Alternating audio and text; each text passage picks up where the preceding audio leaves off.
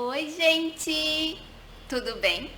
Estou aqui novamente em mais uma edição do Eu, Você e uma História.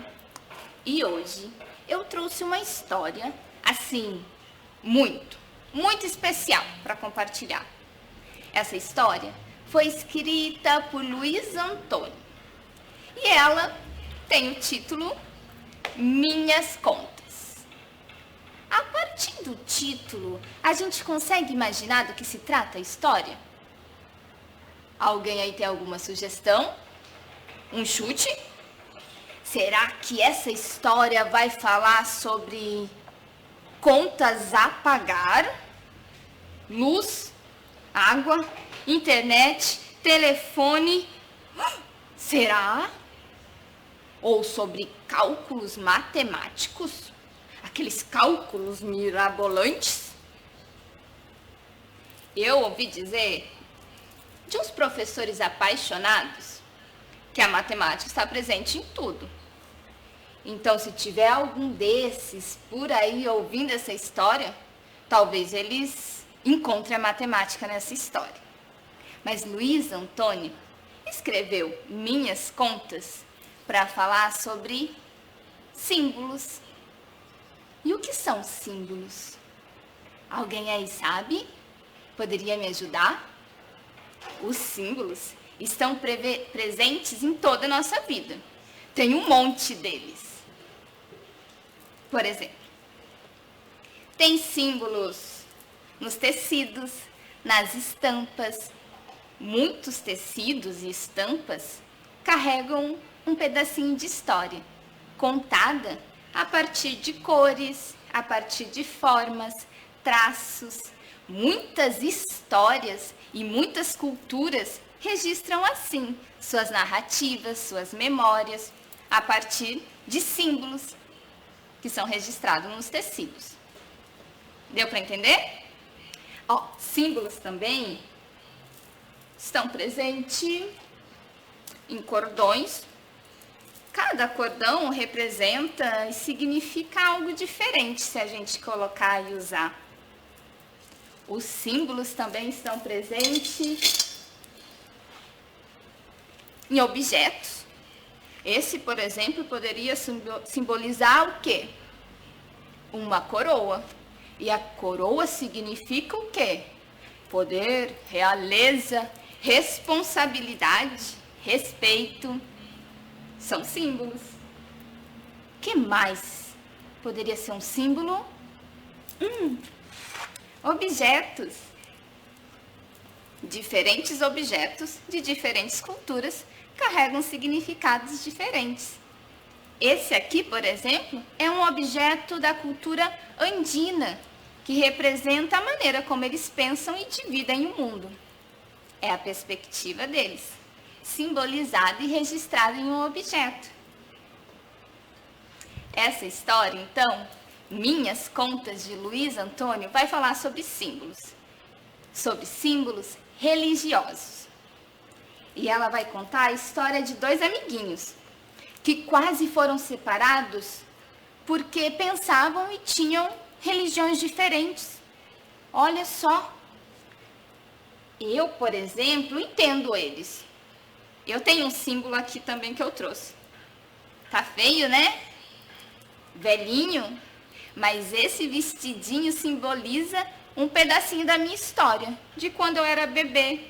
E como eu brinquei muito com ele, ele tá assim, velhinho. Mas se alguém falasse, ai, que vestido feio, eu ia ficar triste, porque ele significa algo importante para mim. Provavelmente, vocês, como os meninos dessa história, têm símbolos e coisas importantes que guardam para vocês. Um brinquedo, uma roupa, uma fotografia, um monte de coisa pode ser, não é? Vamos lá então conhecer a história do Pedro e do Nilo. Pedro e Nilo eram grandes amigos. Eles adoravam brincar e brincavam de um monte de coisas. Às vezes, eles brincavam de peão. Passavam a tarde inteira se divertindo. Outras vezes, eles se divertiam Soltando pipa. Quem aí gosta de soltar pipa? O Pedro e o Nilo adoravam soltar pipa. Mas eles gostavam também de jogar bola. Ah, como eles gostavam de jogar bola. Tem uma pessoa que não gostava muito de ver esses dois jogando bola. Era gol pra lá, era gol pra cá, e lá estava a vovó do Nilo. Meu Deus do céu! Esses furacãozinhos de novo! Nilo, cuidado! Vai estragar minhas plantas. Vocês, dias passados, deram um chute tão forte que estragou um vasinho das minhas plantas. E vocês sabem, as plantas, para mim, são muito importantes. A vovó do Nilo gostava muito das plantas. E era algo importante para ela, algo de muito valor. Ela passava dias conversando, cuidando das plantas e às vezes até cantava para elas. Cantava assim: Parabalé, coxumaú, parabalé, coxumã, parabalé, coxumaú, parabalé, coxumã. Nilo sabia que a vovó se preocupava com as plantas. E o Pedro também aprendeu a respeitar as plantas. Acontece que, de vez em quando, a bola caía lá sem querer e machucava as plantinhas dela. Por isso, eles tomavam muito cuidado, para isso não acontecer. E depois que brincavam um monte, eles iam cada qual para sua casa. Um dia, Pedro chegou em casa e encontrou a mãe dele bem brava. Ele não entendeu. Não tinha feito nada de errado, chegou no horário certo. O que será que deu na mamãe? A mãe dele já estava com a mão na cintura e disse: Pedro, meu filho, vem cá, quero conversar com você. Negócio seguinte, não quero mais você conversando com esse tal de Nilo. Isso mesmo, não quero ele aqui em casa, não quero vocês brincando na rua, não quero mais. O Pedro se assustou e pensou: que deu? Mãe, que foi? Que tem de errado nisso? Meu filho, aquele tal de Nilo anda com uns fios de conta pendurado no pescoço e eu tô sabendo que isso é coisa ruim. Isso é coisa de macumbeira, eu não quero você perto disso não, viu? Não quero, Pedro, tá proibido. Pedro ficou triste. Nilo era seu melhor amigo. Ele nunca viu nada de ruim nele, mas tinha que obedecer à mãe. Então, no dia seguinte, Nilo, que já estava na rua esperando o amigo, ficou lá. Até que Pedro apareceu. Pedro apareceu e disse para ele: Ei, Nilo, negócio seguinte, a minha mãe não quer mais que você vá lá em casa, nem que a gente brinque na rua. Ela disse que esse negócio aí que você carrega no pescoço é coisa ruim, que você também é coisa ruim por conta disso. A gente não pode mais brincar. O Nilo ficou assustado. Coisa ruim, meus fios de conta? Como assim, Pedro? Isso mesmo, Nilo, isso é coisa de macumba. Mas nunca me disseram que macumba é coisa ruim, a gente sempre faz coisa boa. Eu não tô entendendo essa história, Pedro, tem algo errado aí. Não tem não, minha mãe falou, então deve estar certo. Tchau, tchau, Nilo. E foi embora, deixou o Nilo ali, sozinho na rua. Ah, o Nilo ficou tão brabo, tão brabo. Imagine vocês, uma coisa que ele amava tanto, de repente era coisa ruim. Ele ficou tão brabo que queria guerrear. Guerrear como seus ancestrais, jogar capoeira como seus mais velhos. E deu vontade até de sair pra mata, como um caçador. Pedro, mas por que o Pedro disse isso? Nilo ficou tão brabo, que então gritou, feito um trovão. Pedro ficou tão bravo que saiu correndo como o vento. Ah, Pedro pensou até que seria melhor se transformar... Pedro não! O Nilo. Gente, o Nilo. O Nilo ficou tão bravo que pensou até que seria melhor se transformar em lama. Ou barro. Ou quem sabe, numa árvore. Ah, o Nilo estava bravo demais. Tão bravo que de repente não se aguentou e começou a chorar. Ah, o Nilo chorou. Chorou tanto. Chorou como um rio imenso, desses que chegam até o mar. O Nilo estava muito triste. Tão triste que queria só um colo, o colo do seu pai, para se sentir protegido. Ai, o Nilo ficou triste como nunca havia ficado. Pedro era seu melhor amigo. Então ele resolveu ir para casa. Foi para casa e chegando lá, estava com a cabeça cheia de minhoca. Calma, gente, não é minhoca literalmente, não. É minhoca dessas coisas que significa dúvida, sabe? Minhoca, eu tô com minhoca na cabeça, eu tô cheio de questionamento. Isso, o Nilo estava confuso. Ele começou a pensar, será que a mãe do Pedro não tem razão? Será que eu sou coisa ruim? Será que as minhas contas são ruins também? E pensou até em tirá-las. A mãe do Nilo viu aquilo e resolveu chamar a vovó. A vovó para ajudar ela a conversar com o Nilo. A vovó veio, sentou junto com o Nilo e começou então a explicar algumas coisas. Nilo, meu filho, tá me ouvindo? Olha para mim, presta atenção. Tá prestando? Nilo balançou a cabeça. Sim, senhora, vovó, o que foi? Meu filho, essas contas que você carrega, essas contas do candomblé, são lindas, meu querido, são lindas como sua religião. Nossa religião prega o bem, prega o amor, prega o respeito à natureza.